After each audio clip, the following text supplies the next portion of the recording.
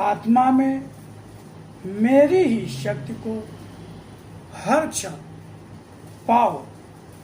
मानव जीवन साधारण भी है, कमजोर भी। उसे आत्मा की प्रेरणा द्वारा ही मैं कार्य करवाता हूँ। उसकी बुद्धि और शक्ति स्वयं उसके नियंत्रण में नहीं रहते, मेरी शक्ति के नियंत्रण में आ जाते। वही करते, वही सोचते हैं जो मैं चाहता हूँ। उनके दृष्टिकोण उनके आदर्शों में मुख्य नहीं होते, उनके दृष्टिकोण वही होते हैं जो मैं उन्हें देना चाहता हूँ। उन क्षणों में जब मैं किसी का कल्याण करना चाहता और उसके जीवन को संवारना व उसके जीवन का आधार बनना चाहता हूँ। आस्था ही वह मंत्र है जिसे जीवन में जितना पढ़ोगे उसकी शक्ति पाओगे। वाणी को जैसा कि मैंने बताया कि पहले मन से बांधना होगा और यह बांधना तभी संभव होगा जब मन में गहरा विश्वास जगा सकोगे। मेरे प्रति आस्था का मंत्र स्वयं मेरी वाणी बन जाएगी। जिस सीमा तक मेरी वाणी का अध्ययन व मनन और चिंतन करते जाओगे, वाणी स्वयं तुम्हारे मन पर पड़ी कालिक को साफ करती जाएगी।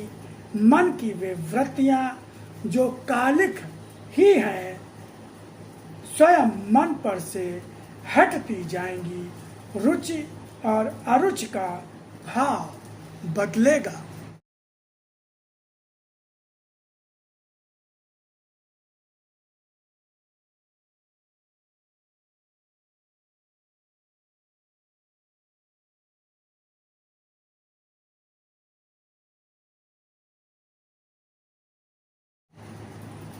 उसी सत्य की शक्ति को अगर पाना चाहते हो, अपने संसार की हर आसुरी शक्ति को धाराशायी करके अपने जीवन को बचाते हुए उनके दिए संघर्षों को समाप्त करते हुए आसुरी साम्राज्य की समाप्ति, दैवी साम्राज्य को प्रतिष्ठापित करना चाहोगे, निश्चित रूप से तुम्हें मेरी वाणी से पहले अपने मन का श्रृंगार करना होगा।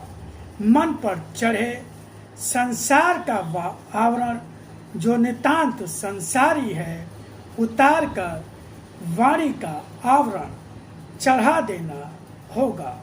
यह भी सत्य है कि यह आवरण चढ़ाना आसान नहीं होगा, क्योंकि सांसारिक जीवन ही स्वयं आवरण है और उस जीवन में बंधे शरीर के भाव जो युगों से उस जन के साथ रहकर आते जाते रहे हैं, वह मात्र असत्य ही असत्य रह गया है।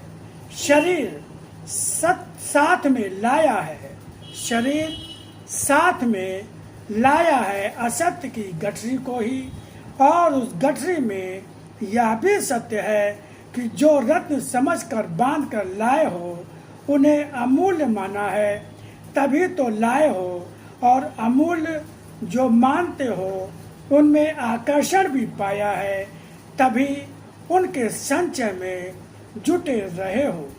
जीवन और के बाद और संचय भी करते रहे हो, फिर इतने प्रयासों का संचय क्या उतार फेंकना आसान होगा, और वह भी किसके लिए?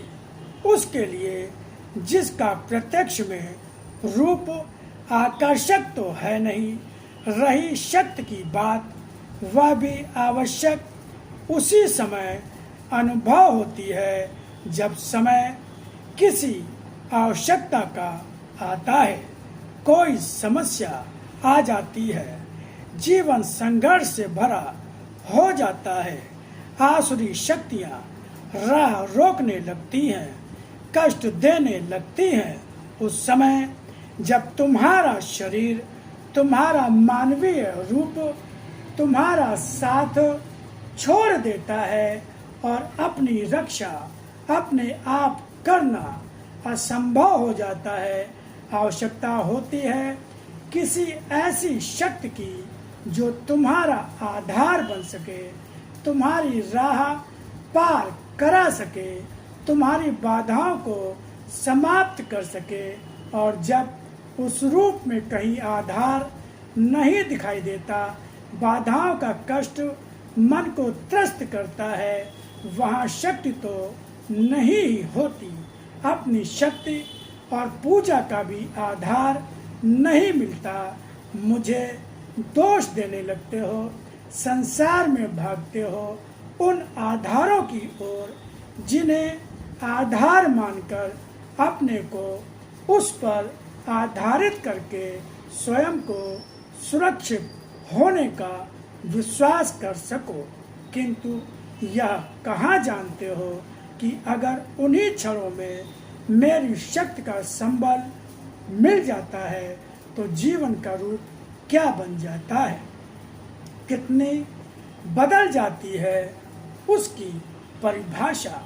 जो अपने साधारण से जीवन को जीता हुआ एक साधारण सा अभागा अव्यर्थ सा इंसान माना जा रहा था, वही इंसान कितना सशक्त और कितना मूल्यवान बन जाता है।